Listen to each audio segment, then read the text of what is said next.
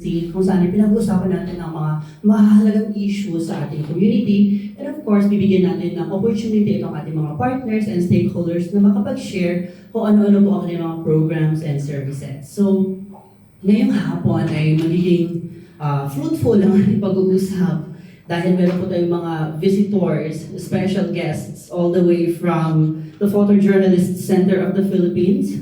Sila po ang nag-spearhead ng event natin ngayong hapon. And kanina nga po nagkaroon sila ng stakeholders dialogue para sa media safety mechanisms. And ang Photojournalist Center of the Philippines is represented by the project director. We have Sir Fernando Sepe Jr. Hello po sir, mag-wave po kayo sa atin.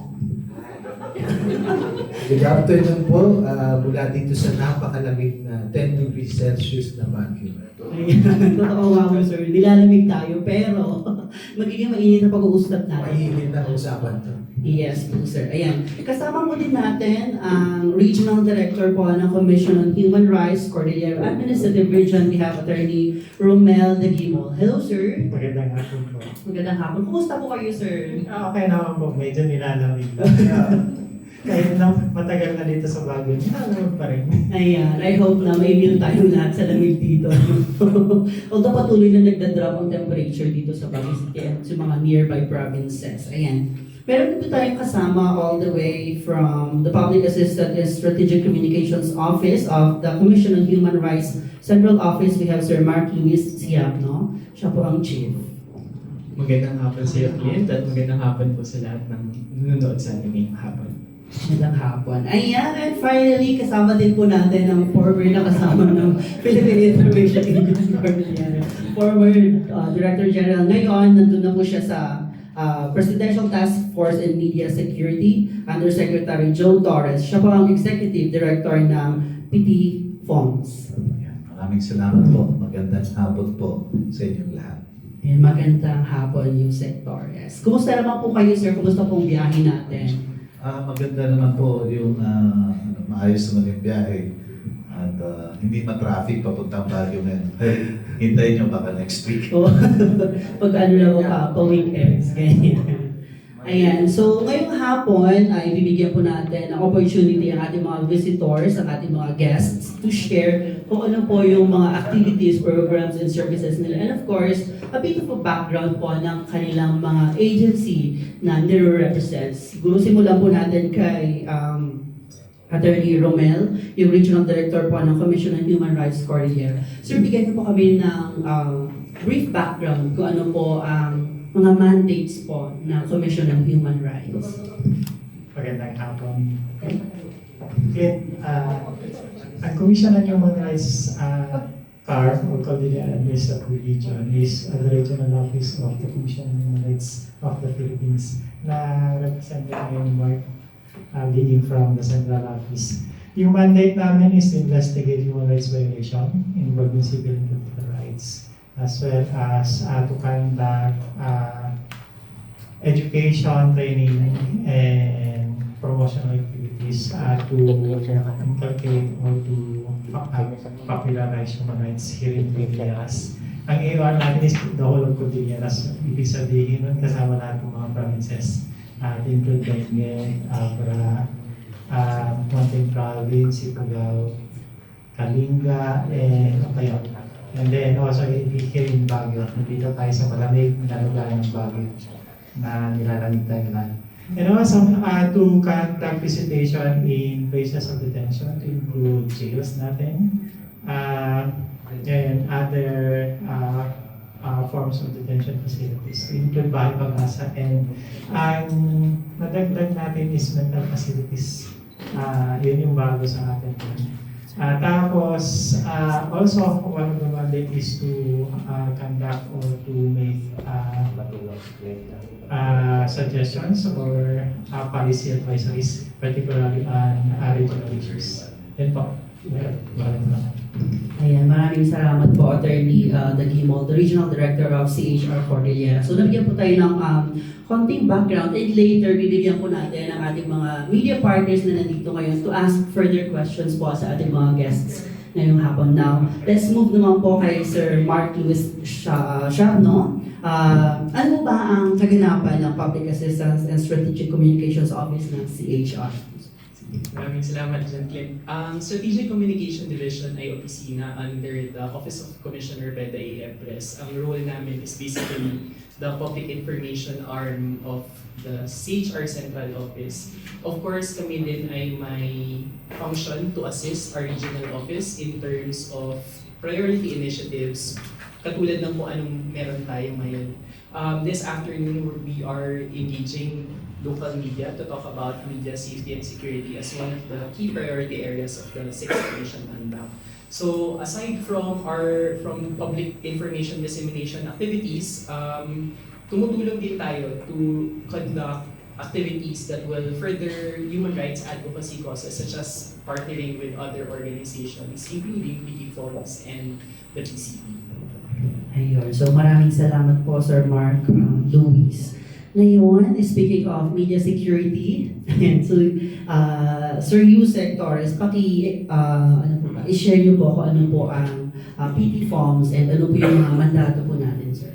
Ang Presidential Task Force on Media Security po ay naitatag noong 2016 under Administrative Order Number 1 at ang mandato nito ay dalawa lang, ang simple na po, ang imbestigahan at isulong ang prosekusyon ng mga kaso ng pamamaslang ng media. At pangalawa po, ang imbestigahan at tulungan kung mamarapatin o kakailanganin ay mag-file ng kaso laban doon sa mga nananakot, nagbibabanta o nangharas sa buhay ng mga mamamayan. Itong lahat na ito ay patungo doon sa isang tunguhin na mapangalagaan ang malayang pamamahayan dito sa ating bansa at ang kalayaan ng lahat, lalo-lalo na ng mga journalist o mamamayan na maghatid ng tamang balita o maghatid ng katotohanan sa publiko. Yun po yung PT Forms. Kami po ay may Facebook page na pwede ninyong ma-access para makita nyo yung incident report form para doon sa mga journalist na may mga threats o kaya ay may gustong isumbong sa atin, pwede nyo scan at mag-fill out sa ating incident report form. At the same time, meron tayong hotline po na hindi ko memorize. Pero ito ay available online at pwedeng ma-search sa internet at doon sa ating mga flyers and posters. Thank you po. Ayan, maraming salamat, Yusek. Ngayon, dumako naman po tayo sa Project Director of the Photojournalist Center of the Philippines. We have Sir Fernando Sepe Jr. Pa-share po or pa-explain po sa... Hi, magandang hapon po. Nandito po kami ngayon sa Baguio. This is the second leg of the Stakeholders Dialogue for Media Safety Mechanism. As the title suggests, this is a dialogue for a creation, or we seek to create a media safety mechanism for all media. Ang basihan po nitong media safety mechanism is ito, kaya ako display ito dito. Ito po ang kauna-unahang Plan of Action on the Safety of Journalists. Philippine Plan of Action on the Safety of Journalists Philippine Plan of Action on the Safety of Journalists. Ulitin ko pa sana yung Philippines. Ito po ang pinaka-biblia ng mga media sa ating bansa tungkol sa media safety.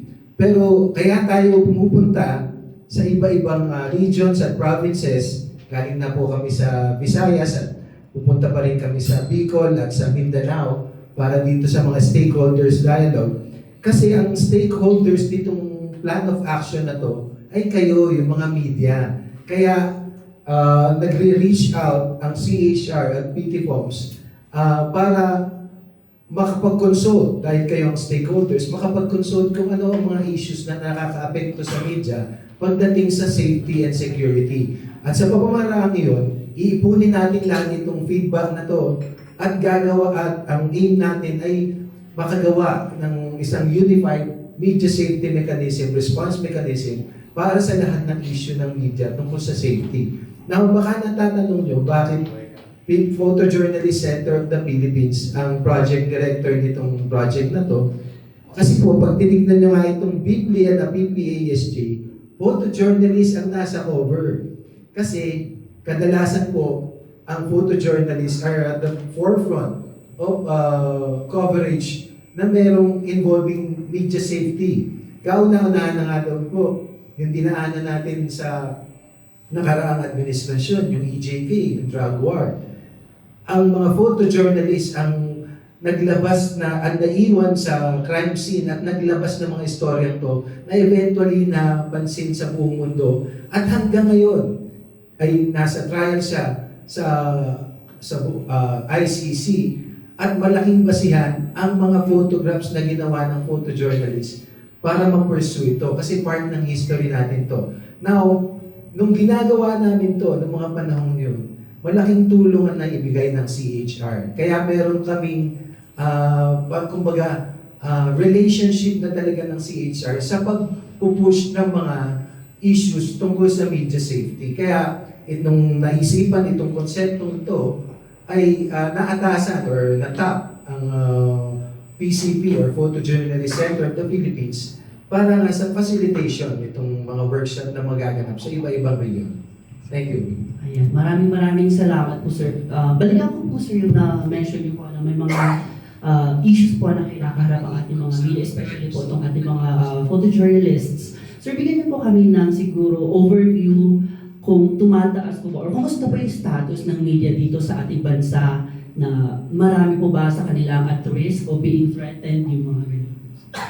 In terms of numbers, hindi ko siya masasagot kasi yung mga nandito sa tabi ko makakasagot ng numbers. Pero ang masasabi ko lang, inherent or kasama talaga sa trabaho ng media ang risk sa safety because we are reporting about national issues. We are reporting about flood control. Lahat yan in power ang naapektuhan yan. Kaya laging may kaakibat na safety issue itong trabaho namin. Ewan ko nga kung bakit namin ginagawa ito, maliit din ang bayan.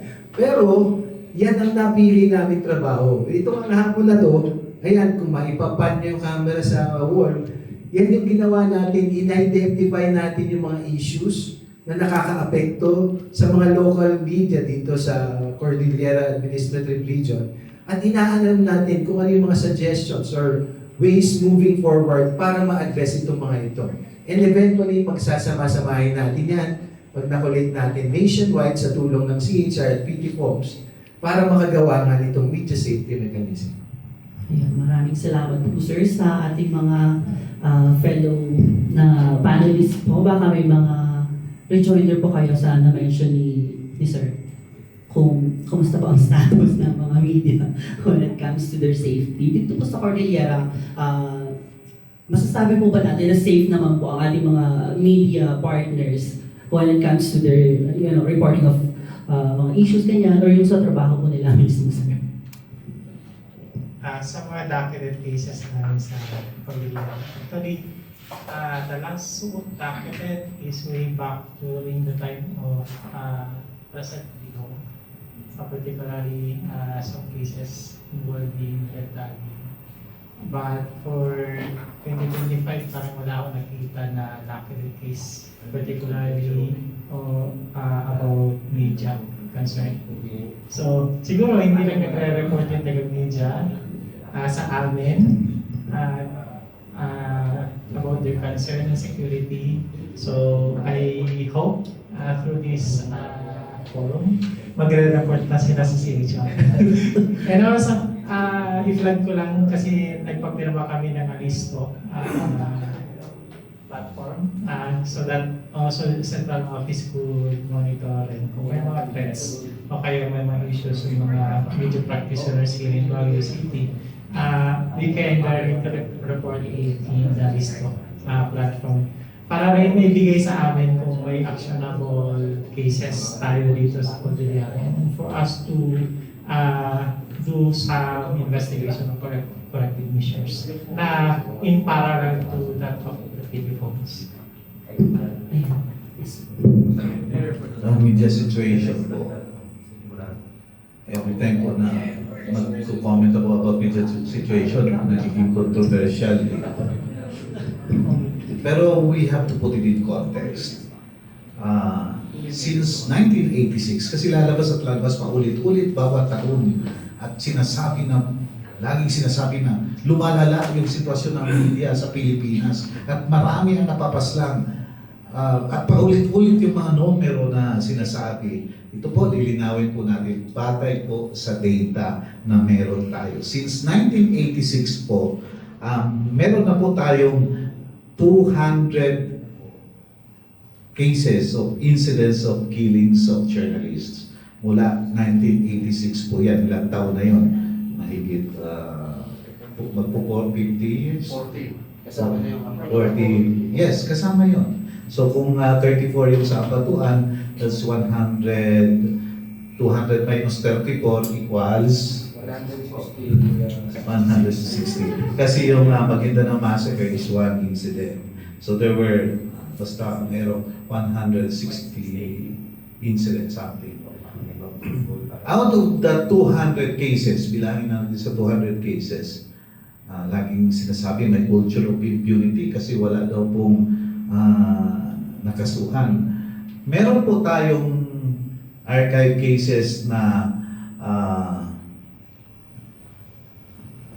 yung data natin.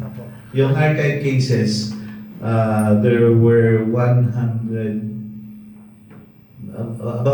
75 cases na 75 170 work related.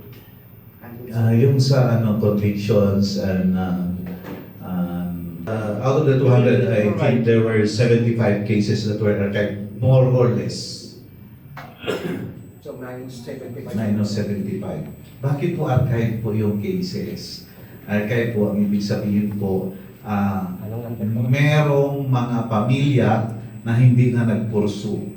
Actually, last week, I was talking with the family para kausapin sila, bakit hindi kayo nagpursue ang kaso? Meron din pong mga kaso na hindi nahanap yung mga salarin, yung gunmen. So there's one example, an archive case in Laguna, 26 years later, nahuli po yung gunman. So naging active ulit yung case at nandun sa There were, lagi sinasabing na walang convictions. Actually, there were 100 something convictions. Attorney, please yung data. 10%. Meron yung specific figures na binigay natin during the press conference sa Nampolpong.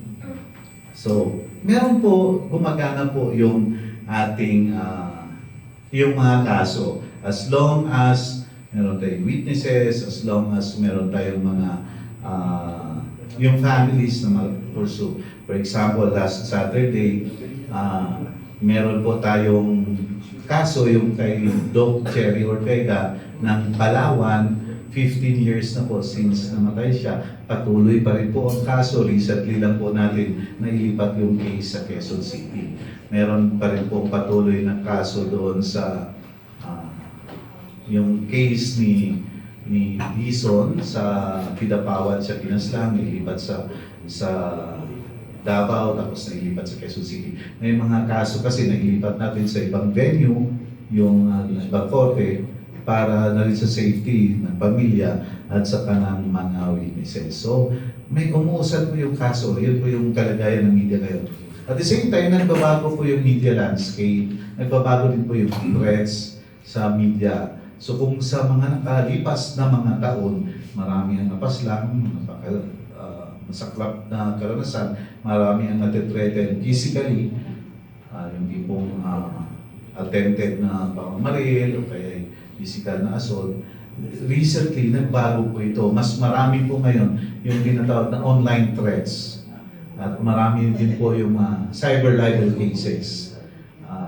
Nitong nakalipas, noong 2024, meron, for the first time in 20 or 21 years, wala pong journalist na napaslang. That was 2024. Actually, may isa pero it was a family issue. So, hindi po counted yun kasi hindi po related sa freedom of expression and opinion, sa exercise of freedom of expression and opinion. Meron nitong nakalipas na taon, 2025, meron po tayong 3 journalist na napaslang. Isa na po dyan, noong April, ay yung former PPI, yung Chairman Emeritus ng Publishers Association of the Philippines, si Sir Juan Chani Dayang. Ito po ay iniimbestigahan. Medyo matagal po yung investigasyon natin kasi sinisiguro po natin yung kaso, nagkaroon na po ng resolution ng Department of Justice at ipafile na po yung case anytime, siguro this month. Pangalawa po, nalapas lang yung si Mr. Segovia, si Boy Pana ng Bisli. Isa po siyang broadcaster, napas lang po siya. A week after the incident, arestado na po, inaaresto po ang gunman at ngayon ang kaso po ay na-file na. Ang pangatlo po na napas lang ay si Noel Samar sa Albay po sa Bicol Region. Kanyang na-identify na po ang perpetrator at hinihintay na lang po yung mga sa pamilya para may kaso, ma-i-file na po yung case. So yun lang po yung nagbabago na landscape, media landscape at nagbabago po na threats doon sa pamamahayag dito sa Pilipinas.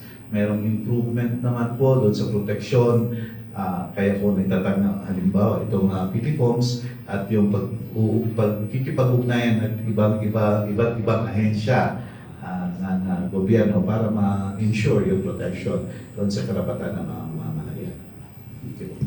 Maraming salamat po, Yusek. Ayun, sir, na-mention niyo po yung Alisto na program. Baka pwedeng bigyan niyo po kami, sir, ng background kung ano po yung Alisto na yan and paano po yung process natin dito. Bago ko dyan, dadagdagan ko lang yung sinabi ni Yusek Joe. Kasi isa din yung sa invitation ng Philippine Plan of Action for the Safety of Journalists, including itong dialogue na to, is that importante maimbestigahan itong mga kaso na ito. Pero kailangan din i-expand natin yung pag-unawa natin kung ano ba yung ibig sabihin ng media safety. Dahil even in the Philippine Plan of Action, meron siyang mga iba't ibang aspeto ng buhay ng media na kailangan tutukan. Isa for example, yung sustainability ng profession. Sapat ba ang pasahod sa mga journalists? Or even yung invitation sa mga estudyante na in the future papasok sa profession. Is it still encouraging, is it still inviting students to go into this noble profession? But at the same time, may analysis din na baka nga kailangan tignan din natin how is the conditions responding to the profession. Meron ba tayong mga batas that are repressive, such as for example, our libel laws or our current systems responsive? Pwede ba nating explore ang alternative dispute resolution through press councils, local press councils? Ito yung mga panawagan na tinitignan din ng Philippine Plan of Action. Kaya yung dialogue din for today is that bukod sa investigation, ano yung mga policy adjustments na pwede nating tignan at tutukan?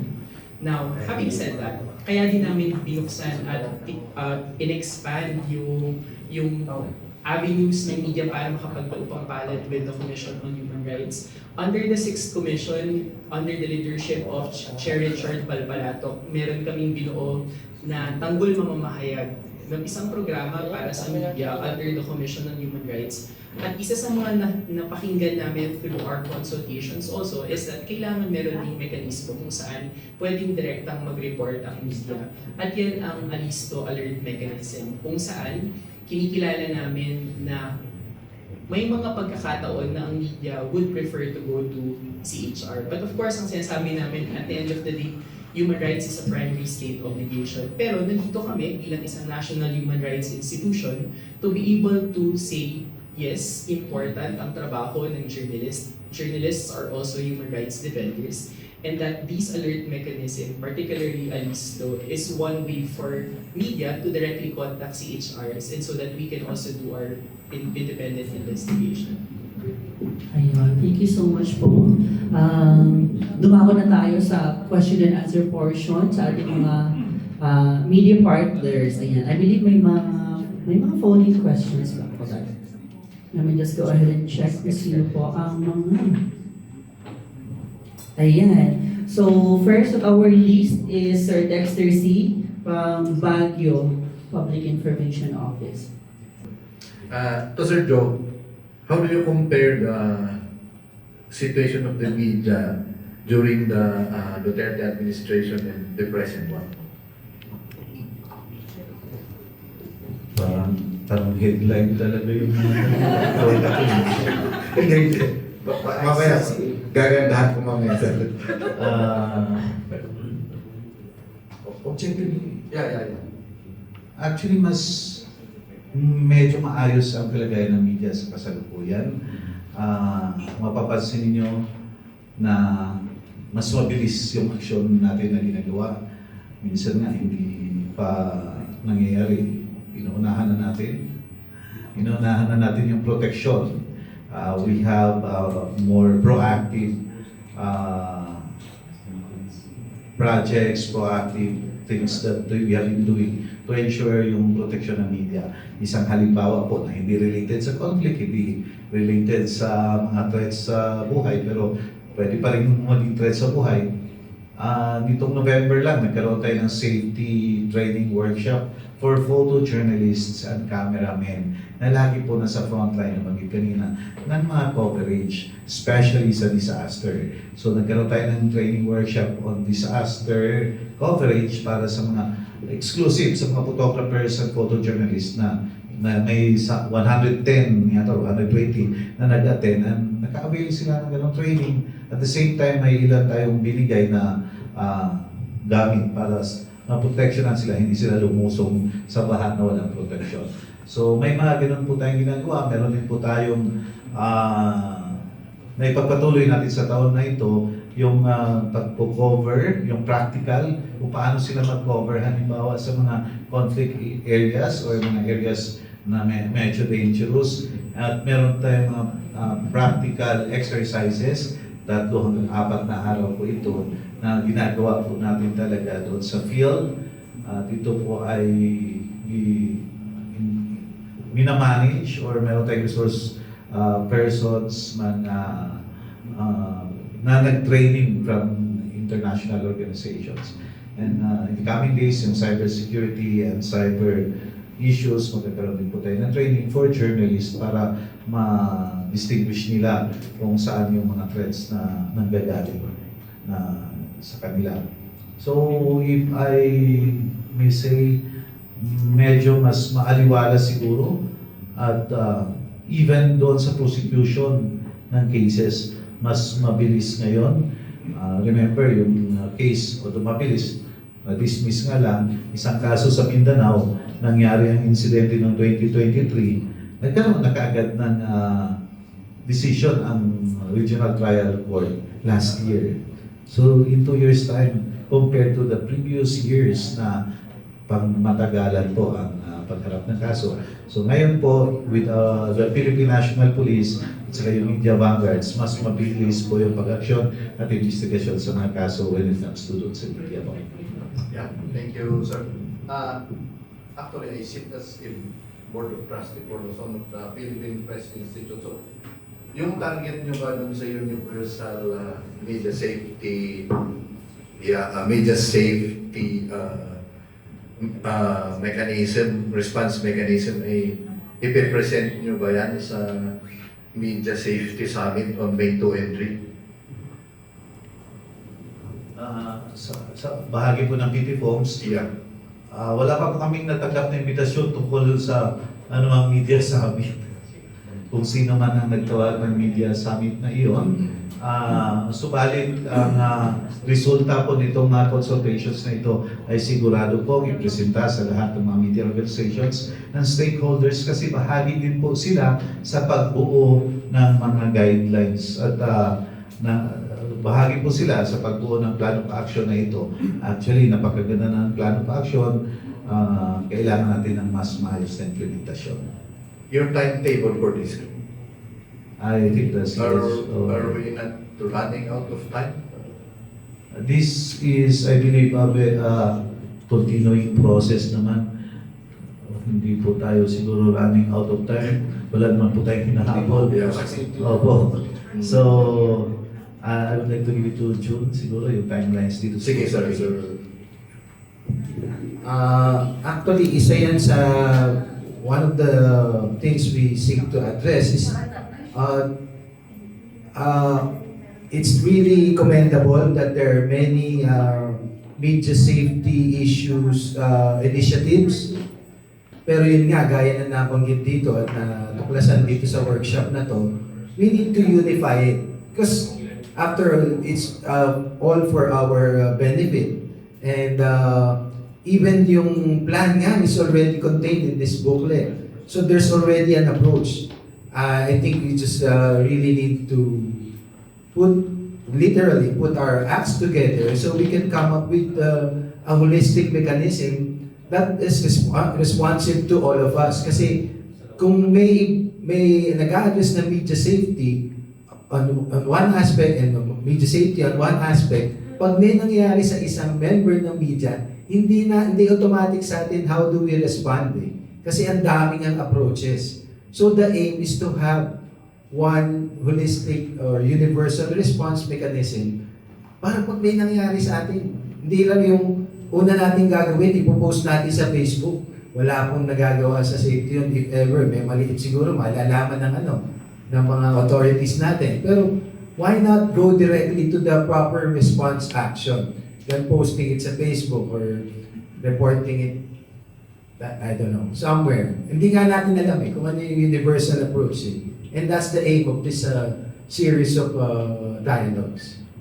Yung para kay Sir Joe kanina, is there an increasing report of harassment or abuses against media based on IRF? Yung threats, kaya encourage po natin at the same time with the CHR, siguro, wala po masyadong nagre-report ng threats.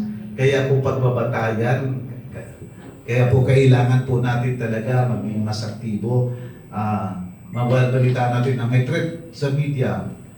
So we gather sa Presidential Task Force on Media Security, we gather our information from your from media reports na sometimes we have to verify.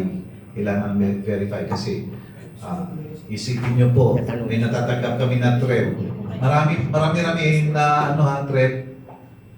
For example sa Visayas, ang nagte-threaten din po media. Yun. So masasama namin na threat pero ang nagte-threaten media. Marami yan. The threats that we receive, maraming may ilan na online pero compared sa mga previous years, actually, this month siguro wala nang natanggap na threat or last month. So, this month wala pa. Last month. This month pala may natanggap kami na threat. Nag-report yung isang grupo ng mga journalists sa Visayas only to find out na ilan sa mga involved sa threat ay media. So, dito naman sa kanina yung question, yung tanong related doon sa numbers, percentage yung binigay na sa akin. So, out of the 200 cases, meron tayong 75 convictions. 75 convictions. 26 under trial, 24 under investigation. Tapos po yung 95 yung dismissed, either closed archive. Yun.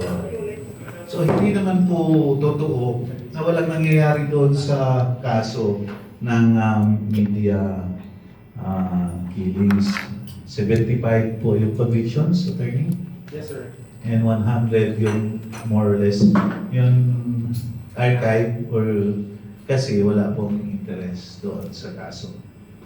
Kaya yun po, sana po ang panawagan po natin sa mga kasamahan sa media, yung media organizations, hindi lang po dapat tayo manawagan.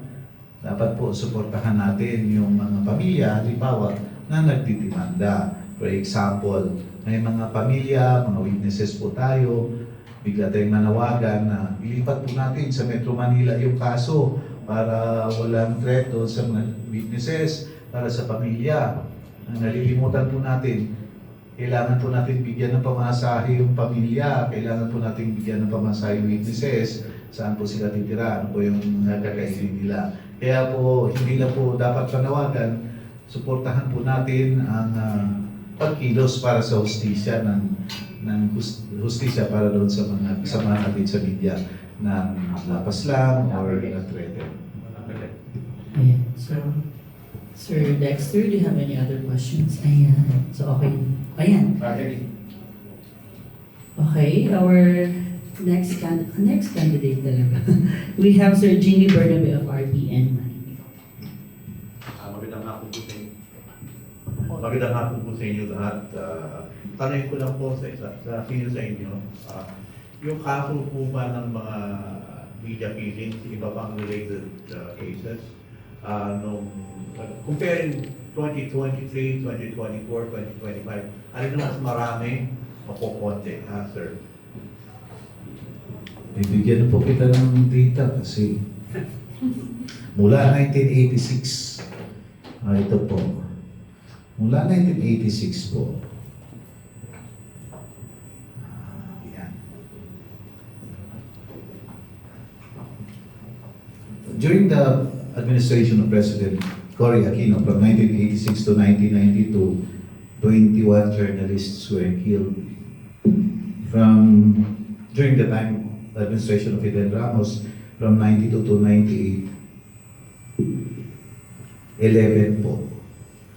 During the time of Estrada, 4, kasi kailan yung panahon. During the time of President Gloria Arroyo, from 2000 to 2010, 83 po. Dito nangyari yung Maguindanao Massacre. During the time of President Aquino, Benigno Aquino, 2010 to 2016, merong 39 cases po ng journalists who were killed. Wala po tayong inano dito kung related o hindi, basta journalists who were killed.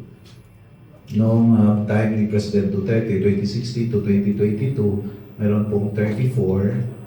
And during the time of President Marcos, meron akong 8 na napas na mga kasama natin sa media, subalit hindi po natin sinasabi pa kung ito ay work-related o hindi.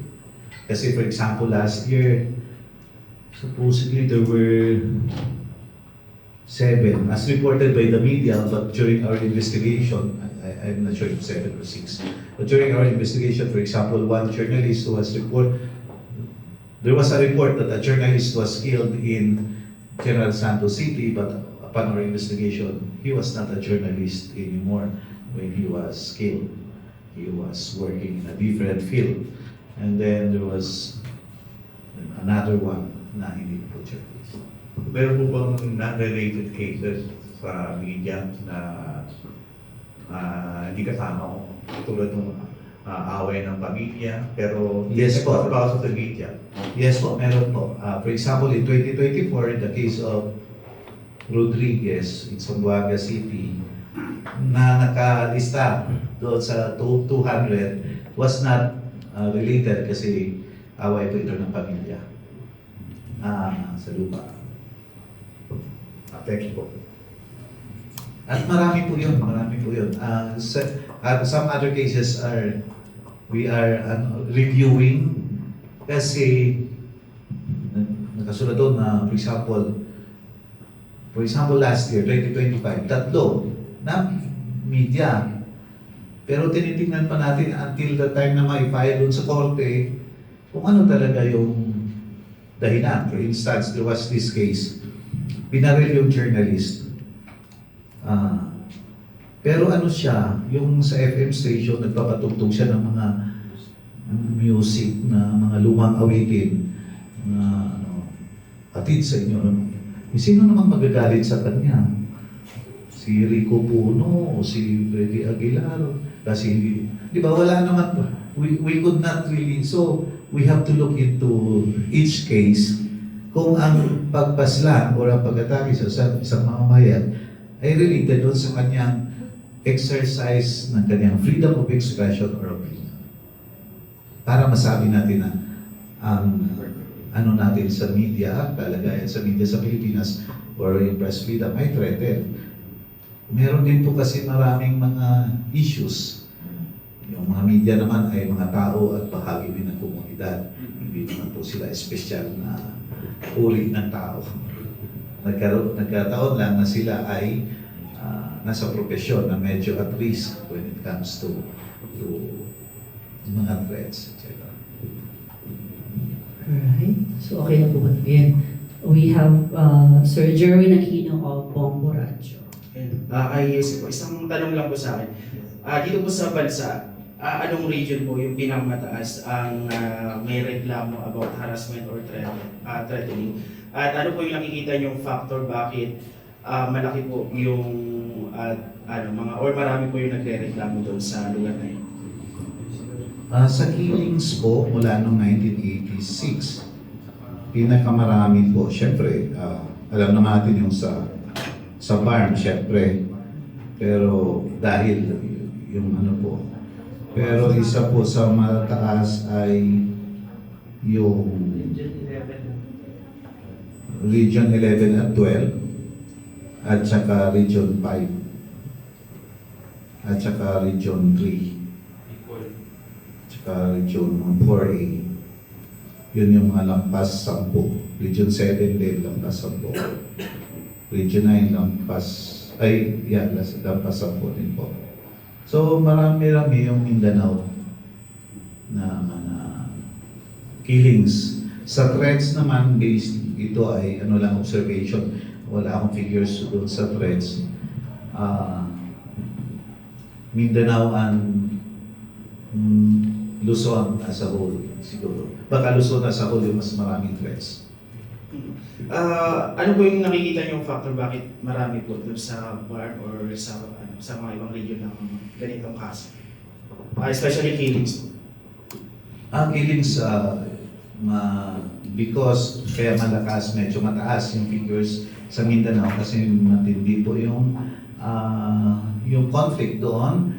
And ito din po ay when I was appointed by the President in November 2024, siya na rin mismo nagsabi na, you take care of the provincial media kasi sila ay vulnerable sa threats and attacks because the politicians there in the provinces are onion skin.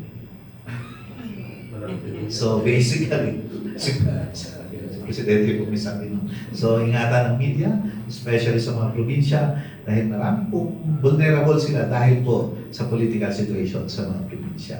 So basically politics, yung marami pong threats and pero pangalawa po, at ito po ay aking observation at panawagan sa media at reminder po sa ating lahat na isa sa best defense po from attacks and threats is the ethical practice of journalism po. Hindi po natin nilalahat pero marami po kaming na-encounter na cases na yung ating mga kasamahan sa media ay may involvement po sa mga unethical practice of journalism that put them in a situation wherein naging vulnerable sila sa threats. Thank you po. Yun lang. Yan. So, baka may mga other questions po tayo. Yes, ma'am.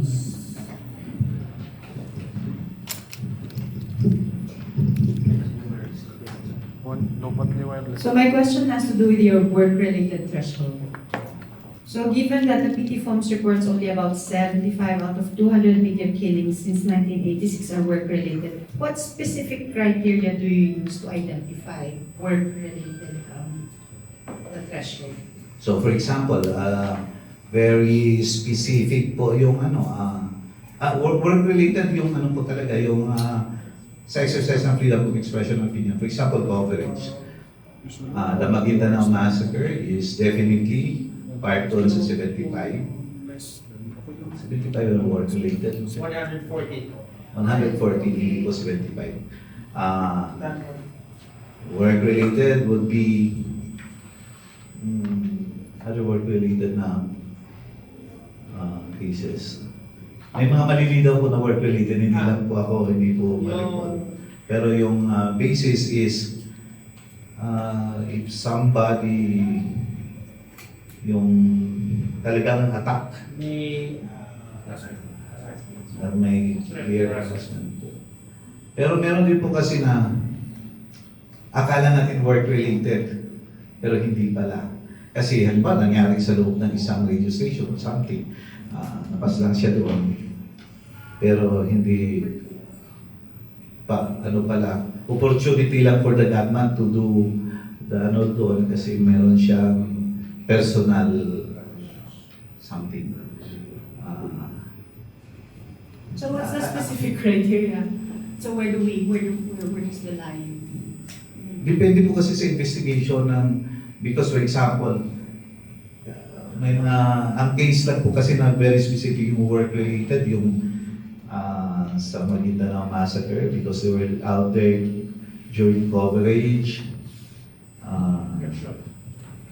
Masasabi lang po kasi definitely na work-related pag may court decision. Attorney po. Tinitingnan din po natin yung sa sa freedom of expression and opinion. So, yan. For if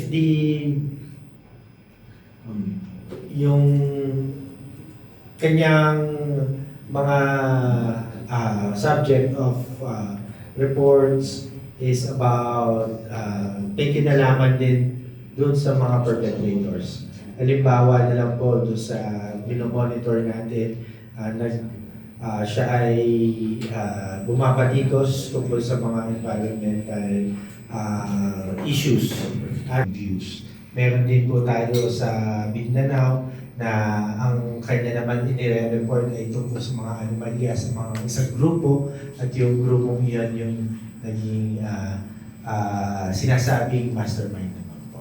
So, kung ang kanilang mga inire-report ay particular do sa mga sa pagsisiwalan ng mga anomalies, yung freedom of expression nila, yung kanilang pagbabalita sa mga ganitong issues na kinakailangan malaman ng publiko. At dahil doon, in connection with that, tapos sila ay napas lang. Ayun po yung mga karamihan ng ating tinutukoy na work-related. Marami kasi past cases. Kaya nasabi natin, bilang natin kung ano yung work-related or not work-related. For instance, yung mabilis na investigation na work-related or not work-related kay Rodriguez ng Zamboanga. He was shot. Immediately, the gunman was arrested. 2 days later yata, na-arrest. Pamangkin pala niya yung bumalik sa kanya dahil may away. Yung meron din po tayong kabaligtaran naman, katulad ng nabanggit natin kay Inuman daw. Meron din po isang kaso sa Visayas na sinabi na hindi work-related pero upon our investigation na realize kasama niya, kaibigan niya, they were together. Tapos sinaksak siya ng kaibigan niya. Magkasama sila. So, dinismiss natin, baka nag-away sila. Only to find out later on na in his radio program pala, binabanatan niya yung pamilya ng kanyang kaibigan. Kaya nagalit yung kanyang kaibigan one time, sinaksak siya because of that. So, naging work-related. Okay, thank you. Sir, Tony, so you mentioned na people who report on issues, ganyan, and also becomes work-related. And then, so I was reading, bloggers and vloggers are not considered journalists, no? So they're not covered by PT forms. But what if, like, what protections, if any, does the task force offer to independent online content creators who report on public interest issues? Kasi right now on Facebook, di ba, we have many or several, even here locally, we have Facebook pages that report on issues like, let's say, the Tupacs del Norte mining. Is there any help that can be given to them if they go under attack? Yes, ma'am. Although, evolving kasi yung definition kung sino ang journalist. Pero ngayon, mas malawak na yung journalism. There was a forum that I attended na outright inanong kung si Christian Esguerra ba ay journalist pa o hindi na. Tapos ang sabi ng ilang mga experts, hindi kami po yung sabi, definitely kung ang definition ay yung traditional definition, si Christian ay hindi na journalist, pero siya ay content creator. Yan yung sinabi ng mga eksperto na ginagalang natin. Subalit, kung halimbawa, tinreten si Christian Esguerra because of his content, because he was expressing his freedom of opinion and expression, then it will be under the ambit of the mandate of the PT Forms. There was even a case that we want to cite yung doon sa isang vlogger sa Caloocan. Tama ako, attorney. Isang vlogger sa Caloocan, mayroon siyang kinuna ng picture na yung isang politiko ay felt that he was alluded to, dinimanda niya yung or pinasuhan niya yung pinakasuhan. Actually, may kaso yung vlogger. Tapos using another law, parang yung PWD law, ang ginamit para ikaso doon sa journalist. Hindi siya journalist, vlogger. And he brought the issue to us, tinulungan po natin siya. Meron nga pong different, we are more liberal in interpreting it, especially when it comes to the exercise of freedom of expression. Thank you, Yusek. Last na po. Yusek, na-mention yung kanina yung rapid response hotline. So, yung question ko naman doon, what's the average response time for the hotline for journalists in immediate danger? Immediate po. Once na sagot, tumawag po kayo sa atin at sinagot, we immediately inform our PNP media bankers and andun naman po sila. Depende sa distance ng nearest police station or nearest, for example naman kung yung halimbawa ang sinumbong ay police, nandyan naman po yung NAPOLCOM, pero the NBI can immediately respond to doon sa area. So depende po doon sa details na matanggap natin sa tawag. Kung military naman po ang involved, we can immediately inform the military because kasama po ang Armed Forces of the Philippines and Department of National Defense doon sa task force. Thank you so much, Ma'am Mia. Kaya baka may mga additional information. Okay, so ako lang po sir magtatanong. If we see itong rise sa dami po, dumadami po yung mga content creators dito sa atin, do we see this as a threat po sa ating mga media, especially na parang mas pinaniniwalaan pa nila itong mga vloggers o mga content creators, especially sa content nila, compared sa mga media na may mga natatag pa ng mga media practitioners na sila nagpapa ng mga fake news, ganyan, tapos pinaniniwalaan nila itong mga content creators na minsan hindi naman verified yung mga information na kanilang pinapakalat. And if this is part po ng Philippine plan of action natin to help itong media. Siguro may clear natin ay dito the CSR. Unang-una, hindi po ito threat. Yung vloggers, hindi po threat doon sa mga media practitioners natin. Ito ay threat, yung misinformation ay threat po sa ating freedom of expression and opinion. Kasi pag patuloy yung mga kasinungalingan, lalabnaw po yung appreciation ng taong bayan kung ano yung katotohanan. So, mas challenge siguro sa ating mga journalists na mas paigtingin pa yung pagbabalita at yung contextualization ng mga reports para ma-combat natin yung misinformation kumakalat. And also, it's also a challenge to the government na paigtingin pa natin lalo yung media and information literacy, especially doon sa Philippine Information Agency. Yes. Wala lang kasi pa po namin. Nabigyan back to you. Yeah, pero may program po ang PIA na Media and Information Literacy and we go sa mga schools, mga ganyan. Yes po, sa stage. Back to you, PIA. Anyway, yeah. Wala lang kasi pa po namin ang aming MIL. Tama naman si Yusek dyan. Ang human rights perspective dyan is that kung mas marami ang nakapag-exercise ng kanilang freedom of expression and opinion, mas maganda yan sa lipunan. No? Pero of course, yung question dyan ng are they exercising their rights responsibly? Yun yung parating, I think yun yung heart din ng media and information literacy programs na hindi porket meron kang karapatan is that you also have the liberty to use it without necessary safeguards. Lahat naman tayo kailangan pinapaalalahanan sa aspeto na yan, whether media, content creator, or ordinary citizen who's posting online. But I think yung challenge din is that at the end of the day, paano ba tayo bubuo ng isang lipunan kung saan mas matalino ang mga mamamayan to discern kung ano ang totoo sa hindi totoo. Because kung titignan mo siya, kung yun nga parang minsan kung iisipin mo dapat basic siya, pero parang oo, so babalik din tayo. And I think there has, yung kailangan hindi lang siya tignan sa aspeto ng media and information literacy. Ano nga ba yung ano nga ba yung kalidad ng edukasyon ng mga estudyante? Tinitignan ba natin may strong, solid foundation ba sila to be able to understand ano nga ba ang facts sa misinformation at disinformation? Naaalala pa ba nila kung anong kasaysayan para hindi sila ganun kasusceptible sa sabihin na nating revisionism or propaganda? At ito, kumbaga, kalayaan siya, pero kailangan niya nga paalala, kailangan it always needs to be exercised responsibly. Highlight po sa responsibly. So, do we have any other questions po? Nakakapag talaga. Anyone from our media partners? Nandun na po ang ating mikropono sa ating nandoon area. Okay.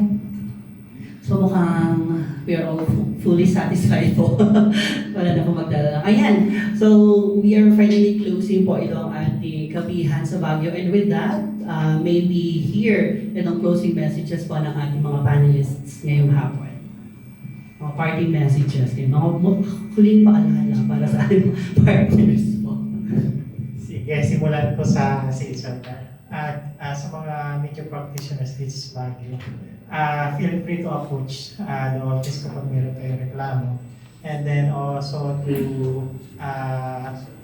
avail yung natin, yung online platform natin for the central office as well as the regional office to your concern. Yan lang po. Maraming salamat. Maraming salamat, Attorney Romel de Guimol, the Regional Director of Commission of Human Rights, Cordillera. We hear from Sir Mark Luis Shapno, the Chief of the Public Assistance and Strategic Communications Office of CHR Central Office. Dagdagan ko lang yung sasabi ni Attorney de Guimol. Binubuksan din namin yung una kasi nung meron kami Facebook pages at social media pages, yung una, pagpapalabas lang siya ng information, pero kinikilala namin na isa itong paraan para lalong lumapit yung mga mamamayan sa CHR bilang isang national human rights institution.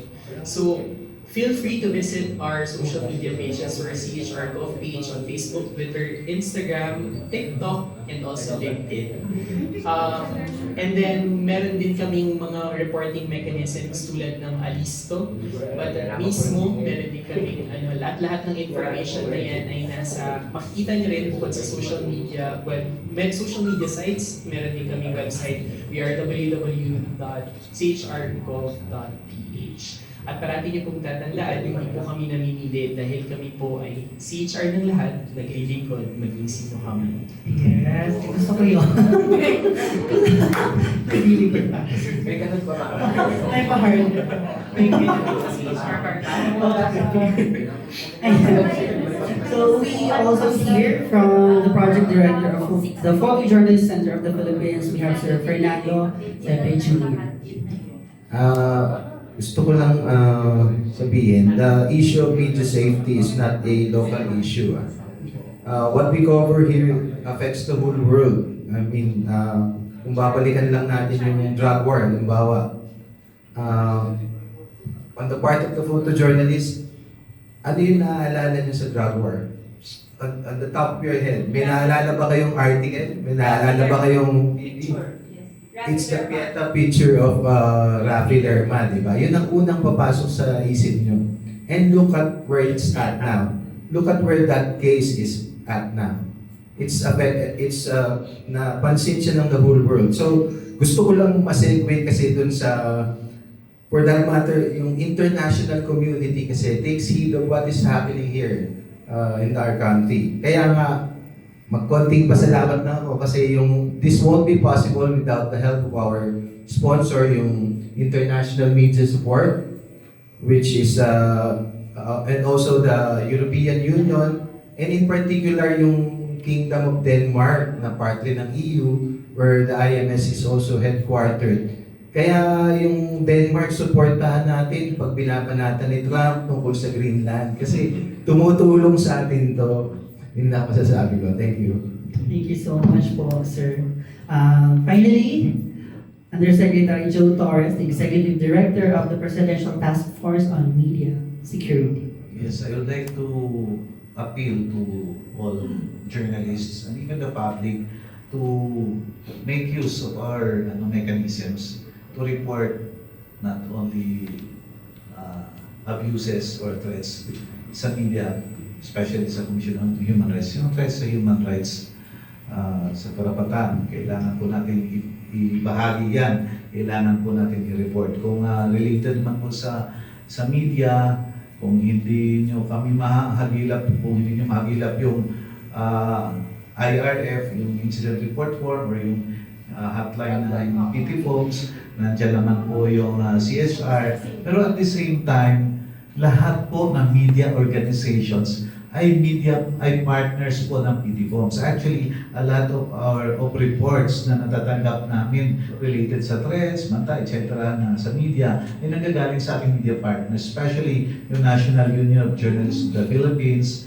If you report to them, they will also immediately forward to us. And dyan din po yung National Press Club of the Philippines, yung Philippine Press Institute, yung Publishers Association of the Philippines Incorporated, yung Center for Media Freedom and Responsibility, dyan din po yung Photojournalist Center of the Philippines, and dyan din po even yung Alter Media, and dyan din po yung